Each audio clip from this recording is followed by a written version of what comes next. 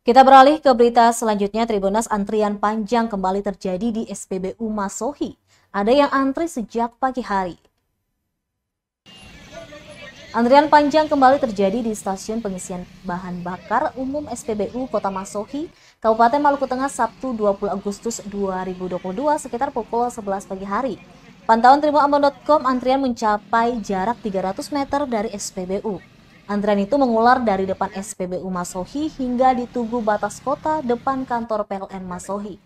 Akibat antrian yang mengular hingga badan jalan tersebut, kemacetan pun terjadi di sekitar areal SPBU, termasuk hingga di depan kantor PLN Masohi.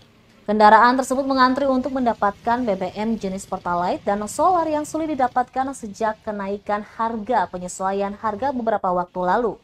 Menurut Ongen, salah satu sopir angkot di sana mengaku setiap harinya harus mengantri berjam-jam demi mendapatkan Pertalite. Alasannya karena harga Pertalite jauh lebih murah ketimbang Pertamax. Ongen menyebut antrian cukup panjang ini terjadi sejak pemerintah pusat akan membatasi BBM bersubsidi jenis Pertalite dan biosolar. Saking rutinnya mengantri, kata Ongen, dia dan rekan sopir lainnya sudah terbiasa dengan kondisi itu. Namun tentunya sangat mengganggu aktivitas mereka untuk mengejar setoran. Ongen berharap agar pemerintah mengkaji ulang pembatasan BBM bersubsidi jenis Pertalite dan solar tersebut.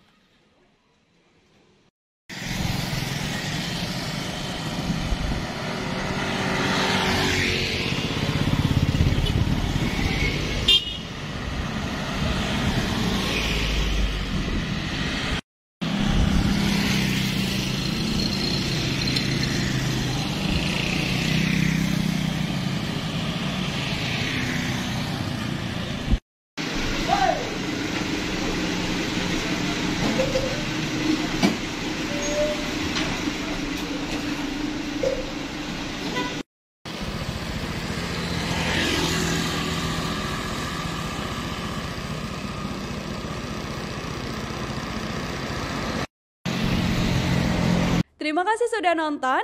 Jangan lupa like, subscribe, dan share ya.